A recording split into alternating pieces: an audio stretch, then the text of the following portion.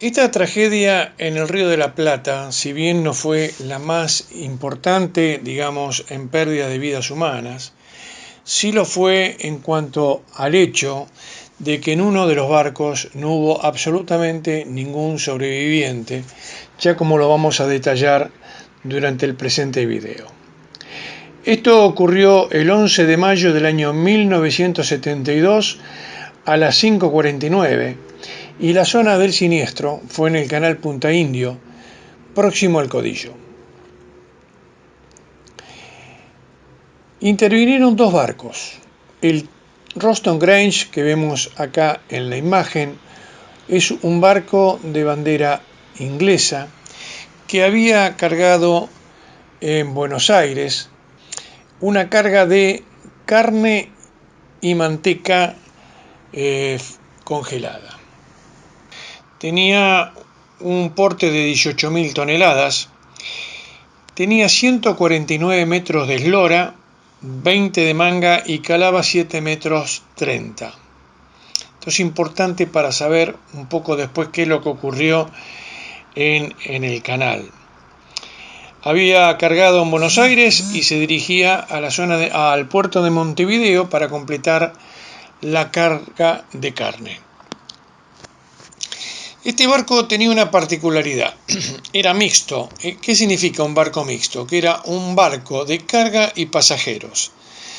Tal es así que llevaba 63 tripulantes, 10 pasajeros y llevaba un práctico, es decir, un total de 74 personas. Este había salido de la zona de lo que hoy es Puerto Madero, que en ese momento estaba en servicio lo que hoy conocemos como las zonas de los restaurantes y oficinas. En cambio, este barco, el Tinchí de bandera liberiana, fletado por YPF para trasladar petróleo desde Puerto Rosales, en la proximidad de Bahía Blanca, hasta el puerto de La Plata, la refinería de YPF. Era un barco de 26.400 toneladas, una eslora de 177 metros, la manga era 21 metros con 50 y el calado máximo que tenía era 9 metros 15. Este es el barco que venía navegando hacia el puerto de La Plata. Aquí vemos tres lugares importantes: Buenos Aires, La Plata, el Codillo, que es la zona donde se produce el siniestro, y Montevideo. El siniestro se produce en la zona del Codillo, exactamente, para ser precisos, en el kilómetro 161,4. Este canal es el canal que viene desde la zona de Recalada, donde ingresan los barcos al puerto de Buenos Aires y a nuestra zona. El Codillo de por sí es una zona sumamente complicada. Han ocurrido muchos accidentes y muchos naufragios en esa zona. Ahí hay una curva muy importante a babor, ¿sí? O a estribor, según como vengan, y el canal se angosta. Los barcos venían, como están indicados en la imagen. Venía el rojo, que es el barco petrolero, el negro, el barco frigorífico. ¿Qué es lo que ocurre? Cuando estaban acercándose, el barco frigorífico gira con fuerza a babor y colisiona al petrolero sobre su banda de babor en el medio. ¿Por qué se producen estas situaciones? Estas situaciones se producen porque los barcos van dentro de un cajón. Fíjense en que ahí marca en ese momento 6.5 al 0. Es decir, que el barco inglés debe haber rebotado en el cajón del canal. El canal tiene 12-13 metros, supongo que en esa época podía tener un poco menos. Rebota en el cajón del canal y la fuerza del agua comprimida lo expulsa en el sentido contrario. Si a eso sumamos que había niebla, las cosas se complicaban aún más. Una vez colisionado sobre la banda de babor, ¿qué es lo que pasa? El barco petrolero se recuesta sobre su banda de estribor y queda varado en el beril norte del canal, con lo cual se frena inmediatamente. Esto hace que el inglés haga presión y genere un impacto y un deterioro mucho mayor. Al deformarse los tanques del petrolero, el combustible sale con fuerza hacia el barco inglés. El combustible, el petróleo, invade el barco inglés por afuera y por adentro, porque después, como se va a ver, ha quedado muy rota la proa, y eso ocasiona un incendio. Inicialmente se había pensado que el tema del incendio se producía por efecto de los sistemas de refrigeración que eran con amoníaco, pero no es así, ya que ellos han encontrado que los sistemas de refrigeración estaban absolutamente en condiciones. Si bien la noticia se corrió rápidamente en Buenos Aires el mismo día 11, el 12 empezaron a aparecer las primeras imágenes que daban cuenta del siniestro. Y llegan ese mismo día al puerto de La Plata, llegan los primeros sobrevivientes, que por supuesto son del barco petrolero. Nada se sabía todavía de los pasajeros y tripulantes del barco inglés.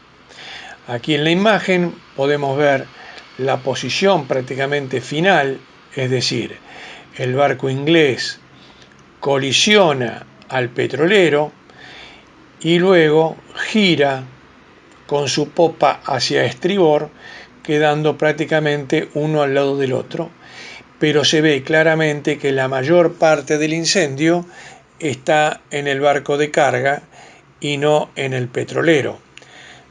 El petrolero sufrió nada más que la pérdida de los tanques donde fue impactado, no llegó a incendiarse en su totalidad. Los tripulantes, como dije, eran prácticamente todos de origen chino. Si bien el capitán era chino, tenía nacionalidad inglesa. Así que, pero el grueso de la tripulación era de origen chino. Un barco fletado por YPF. Con respecto al Roston Grange, pudieron primero encontrar algunos cadáveres en cubierta. Es decir, se ve que algunos intentaron salir del barco, pero no llegaron a hacerlo y murieron en cubierta. Cuando llegaron la tripulación del barco del petrolero, los llevaron primero al Hospital Naval de Río Santiago para hacerles las curaciones, y aquí vemos una imagen de cómo quedaron los dos barcos y se ve más claro el incendio en el barco inglés. Con posterioridad pudieron llegar al barco, al Roston Grange, y ya ahí sí encontraron que prácticamente no había sobrevivientes, que los 74 personas habían fallecido, y como el barco no estaba en condiciones todavía para ser llevado al puerto de Montevideo, se lo llevó a una zona de espera, se lo fondeó cerca de donde estaba el Graspi. Aquí vemos algunas imágenes, la proa rota, ¿sí? El interior del barco, que prácticamente se quemó todo. Es decir, no hubo posibilidad de escapar. Aquí la Armada Uruguaya desembarcando y el barco fondeado frente a la zona de Montevideo. Los remolcadores que llevan la gente, bueno, no hubo nada que hacer con este barco. El accidente ocurrió en aguas argentinas, es decir, dentro del canal. Y esto ocasionó un problema diplomático muy importante, ya que los uruguayos se llevaron el Roston Grange a Montevideo y los argentinos, luego del alige, es decir, luego de sacar el combustible del Tinchí. ¿Por qué le sacaron el combustible? Porque el golpe lo hizo varar sobre el beril de estribor del barco, con lo cual hubo que alijarlo, sacarle combustible para que pudiera salir de su varadura. Entonces la Argentina mandó 3 petroleros para ir sacando el combustible.